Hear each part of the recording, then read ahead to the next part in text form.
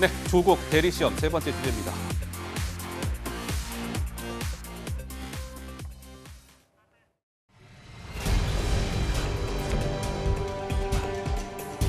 아들의 그 서울대 인턴 증명서가 유독 다르다. 그러면서 그 의혹을 제기했을 때 후보자의 목소리가 떨리고 말을 더듬는 것 같았다. 오늘 후보자께서 청문위원한테 처음으로 화를 내시더라고요. 화를 내지 않았습니다. 얼굴이 좀 어두워졌다는 생각을 저는 했습니다. 갑자기 아들 얘기를 또 하셔서 당황스러웠습니다. 당황스러운 건 사실이다.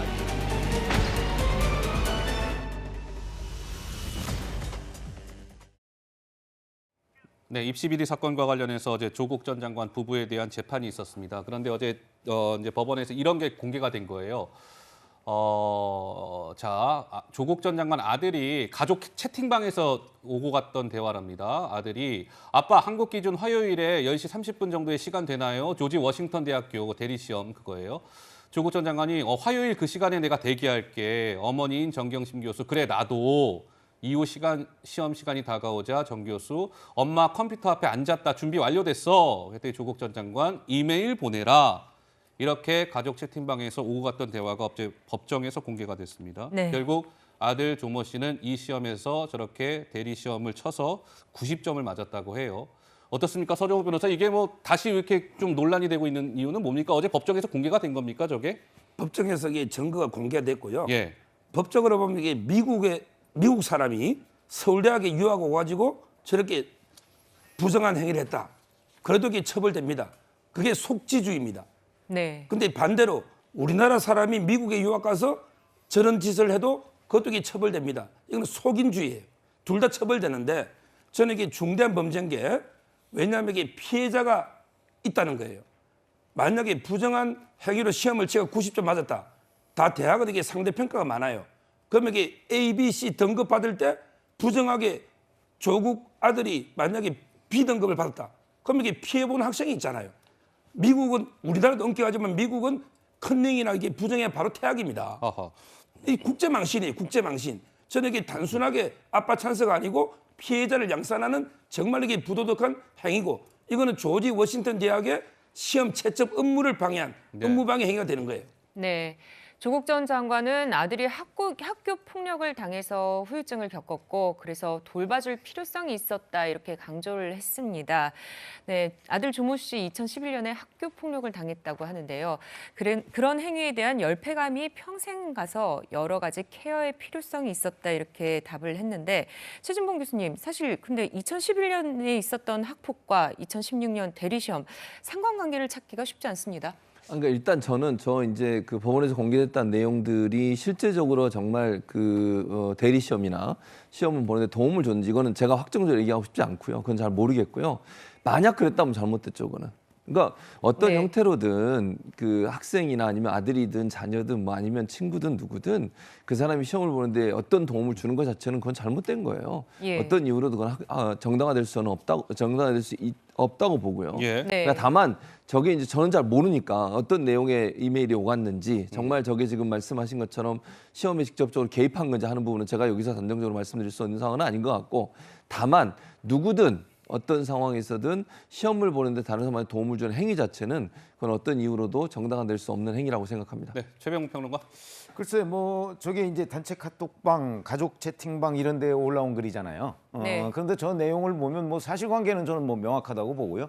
정황보다는 오히려 증거로서 채택될 가능성이 대단히 높다. 뭐 대리시험 봐준 거죠. 왜냐하면 저기에 보면 조국 전 장관이 자 나는 밑에서부터 아래로 그러니까 시험 문제지를 받았나 봐요. 예. 받고 나는 밑에서부터 아래로 너는 그러니까 아들 보고 위에서부터 아래로 그다음에 당신 그건 정경심 전 교수고요. 지금 그래픽이 나오고 있네요. 저 나오고 있잖아요. 네. 저런 얘기까지 하면 실제 이메일 보내라 그래서 시험지 받아서 다 풀고 위서부터 아래로 아래서부터 위까지 다 같이 공동 작업을 한 거예요. 뭐 그걸 의심할 다른 그 주장은 저는 펼 수 없다고 보고요. 네, 근데 그렇게 일각에서는 따지면 오픈북은 뭐 같이 할 수 있다 이런 주장까지 나오는 그 아니 그러니까 네티즌이 있더라고요. 오픈북은 자기가 네. 하는 거지 누가 저 아버지나 뭐 어머니 도움을 받으라는 게 오픈북은 아니거든요. 네. 그렇기 때문에 전 의심의 여지가 없다 이렇게 봅니다. 그러니까 예. 반성하고 사과해야 될 부분이지 예. 저걸 가지고 변명해서는 곤란하다 이렇게 생각합니다. 네. 네, 박상규. 네, 저거를 이제 비슷한 또래의 친구들한테 물어봤어요. 예. 조국 전 교수하고 조국 교수하고 제가 비슷한 입장이 있는 친구들한테 물어보니까 오픈북도 아니고 저것은 이제 이런 게 있습니다.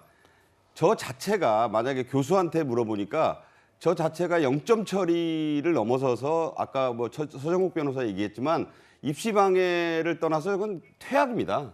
그리고 자 UC 버클리 법학 박사 출신의 아버지와 영국 박사 출신의 어머니가 조지 워싱턴 대학교 학부를 다니는 아들의 시험을 위에서 아래로 찬빗으로 훑어내듯이 도와줬는데 90점을 받았다.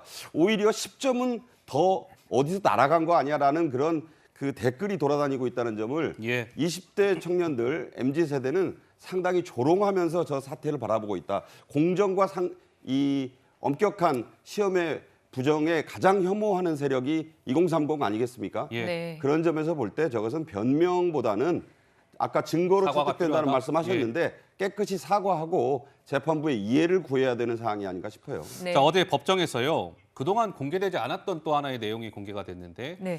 조국 전 장관의 아들이 이제 군입대가 다가오자 조국 전 장관의 부부가 대학원 입시에 청탁을 한 거 아니냐 이런 좀 정황들이 공개가 됐습니다.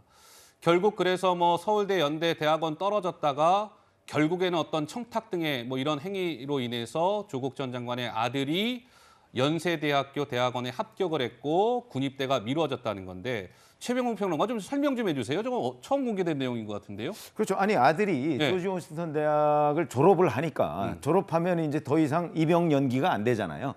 그러면 이제 대학원으로 진학을 하면 입영 연기를 할 수가 있거든요.